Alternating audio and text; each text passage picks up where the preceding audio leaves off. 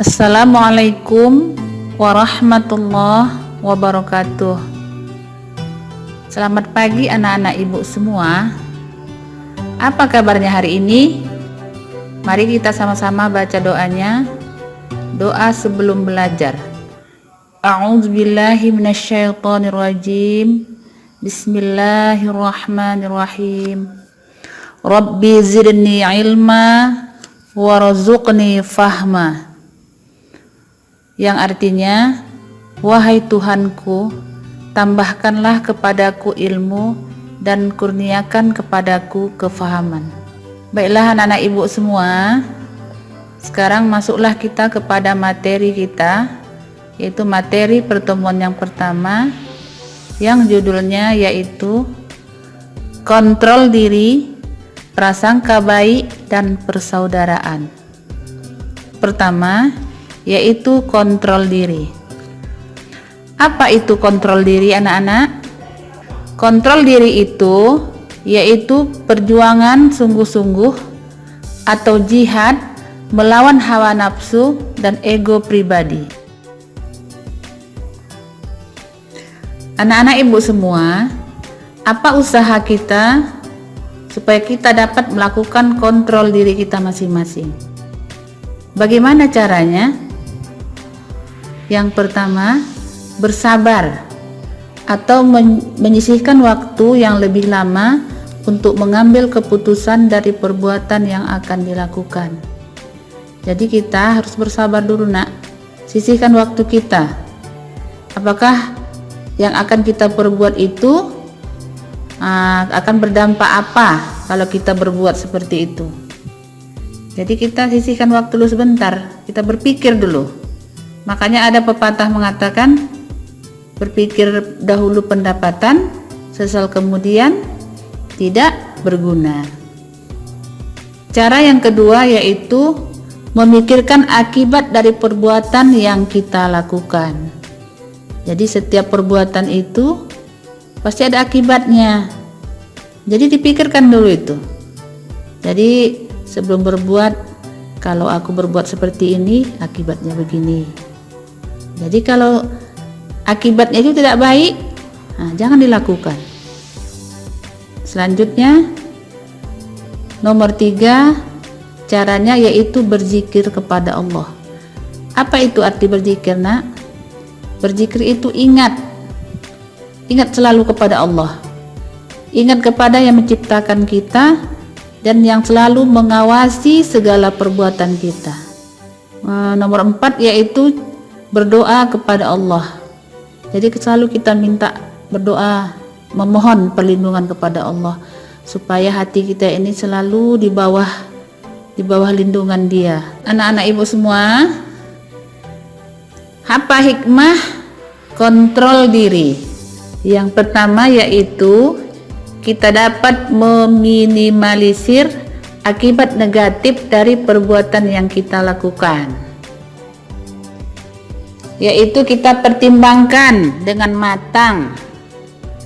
Jadi kita sebelum berbuat itu kita terbiasa, sebelum kita berbuat itu kita pertimbangkan akibat dari yang kita lakukan. Hikmah yang kedua yaitu selalu kita berusaha berbuat baik dan yang terbaik, karena sebaik-baik perbuatan itu akan dipertanggungjawabkan kepada Allah. Jadi kita harus yakinkan itu nak, dan kita terbiasa. Itulah hikmah dapat yang kita peroleh kalau kita selalu berusaha berbuat baik dan yang kalau bisa harus yang terbaik. Lanjut yang ketiga, hikmahnya yaitu tidak cepat bereaksi terhadap permasalahan yang timbul. Jadi kita bisa mengontrol diri kita, jangan cepat-cepat kita berbuat yang tidak sesuai dan mengakibatkan akibatnya tak baik kepada diri kita.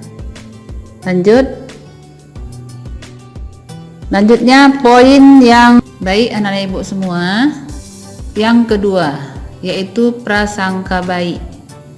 Apa itu prasangka baik? Prasangka baik itu dalam bahasa Arabnya disebut dengan husnudzon. Husnuzon itu ada lawan katanya, yaitu berprasangka buruk, atau dalam bahasa Arabnya disebut suuzon. Apa itu prasangka baik? Prasangka baik adalah sikap netral dan cara pandang seseorang yang membuatnya melihat sesuatu secara positif. Nah, jadi kita selalu positif memandang segala sesuatu yang terjadi kepada kita. Apapun yang datang kepada kita, baik itu nikmat maupun musibah, kita harus bersangka baik. Itu adalah baik untuk kita. Apapun yang kasih Allah kepada kita itu pasti ada hikmahnya. Prasangka baik itu ada dibagi 3. Yang pertama yaitu husnuzon kepada Allah Subhanahu wa Ta'ala, yaitu berprasangka baik terhadap segala sesuatu yang ditakdirkan oleh Allah. Apa itu segala sesuatu? Termasuklah itu nikmat. Kalau nikmat pasti kita selalu bersangka baik pada Allah. Ya Allah ini sayang sama aku. Tapi yang jadi masalah adalah ketika kita diberi musibah yang tak enak pada diri kita. Selalunya kita selalu merasa Allah itu tak sayang kepada kita. Selalu Allah itu tak adil. Kenapa aku begini? Aku rajin ya puasa, rajin sholat, kenapa aku tetap miskin? Nah, jadi itulah termasuk salah satu prasangka buruk kepada Allah. Nah, jadi kalau kita berprasangka baik, pasti ada, kita akan mengatakan, kita akan meyakinkan diri kita bahwasanya segala sesuatu yang membuat kita kesal, yang merasa Allah itu tidak adil kepada kita, pasti itu ada hikmah di balik itu semua. Kemudian hikmah husnuzon kepada Allah, apa manfaatnya? Kita berprasangka baik kepada Allah. Kehidupan rohani kita menjadi aman dan tenang. Semua takdir selalu dianggap baik baginya. Jadi ada rasa ketenangan jiwa. Tenang jiwa kita. Kita ikhlas menerima apapun ketentuan Allah kepada kita. Karena kita merasa Allah itu sayang kepada kita, ada hikmah di balik itu semua. Sekarang bagaimana cara menumbuhkan sikap husnuzon kepada Allah pada diri kita? Yang pertama, salah satunya yang paling utama yaitu latihan menerima semua takdir dari Allah. Latihan menahan diri untuk tidak memberikan reaksi dengan cepat terhadap semua masalah yang terjadi. Anak-anak ibu semua, kemudian yang kedua yaitu husnuzon kepada sesama manusia. Berprasangka baik terhadap sesama dan tidak meragukan kemampuan atau tidak bersikap a priori. A priori itu yaitu tidak cepat mengambil kesimpulan. Anak-anak ibu yang soleh dan solehah, cara menumbuhkan sikap husnuzon kepada sesama manusia yaitu tidak merendahkan orang lain, tidak mencaci maki atau menghina orang lain. Apa itu husnuzon kepada diri sendiri? Yaitu mensyukuri bahwa segala sesuatu yang melekat pada diri manusia, baik disukai ataupun tidak, merupakan pemberian Allah yang terbaik untuk manusia. Karena begini nak, belum tentu yang terbaik menurut manusia itu terbaik menurut Allah. Tapi kalau terbaik menurut Allah, sudah pasti terbaik untuk manusia. Apa manfaat husnuzon kepada diri sendiri? Manfaatnya yaitu akan menumbuhkan sikap inisiatif, gigih, dan rela berkorban. Bagaimana cara menumbuhkan inisiatif? Caranya yaitu percaya orang yang inisiatif akan mendapatkan pahala, ditambah pahala ya orang yang mengikutinya. Jadi kalau kita berbuat baik, ada orang mengikutinya, kita berpahala. Kemudian orang yang mengikuti itu ada mengikuti lagi di belakangnya, dapat pahala, dan mengalir begitu sampai seterusnya.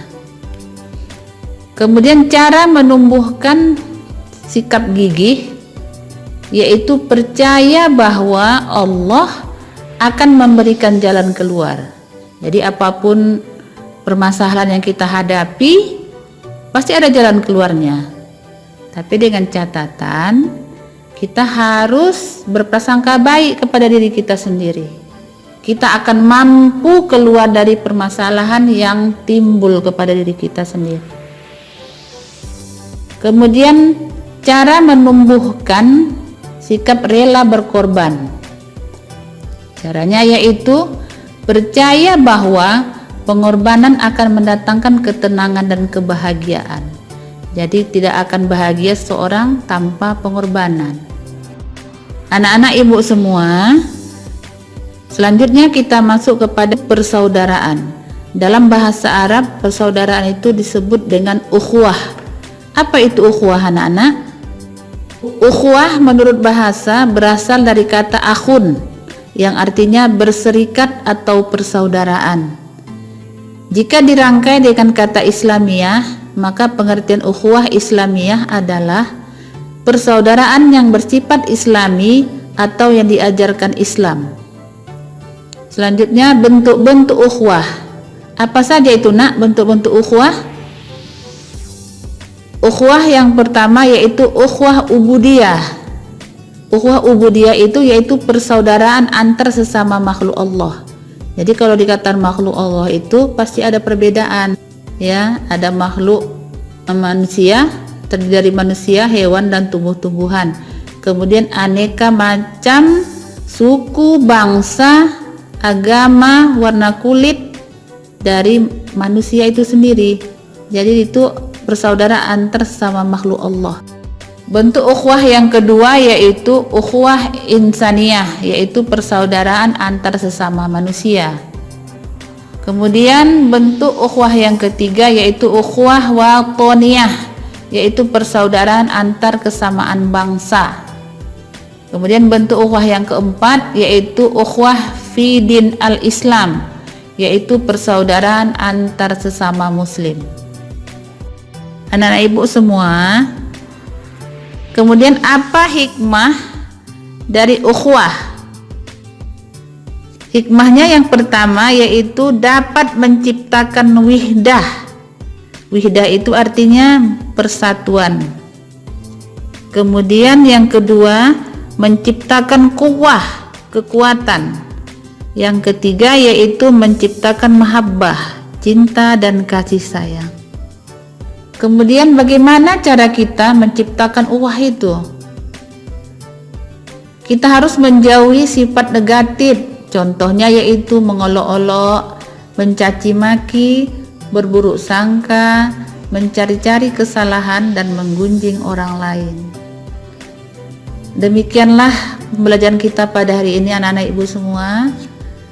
Selanjutnya akan ibu kirimkan kuis pertemuan 1 kali ini di link Google Form yang akan ibu kirimkan di grup kelas. Sekian, ibu akhiri dengan wassalamualaikum warahmatullahi wabarakatuh.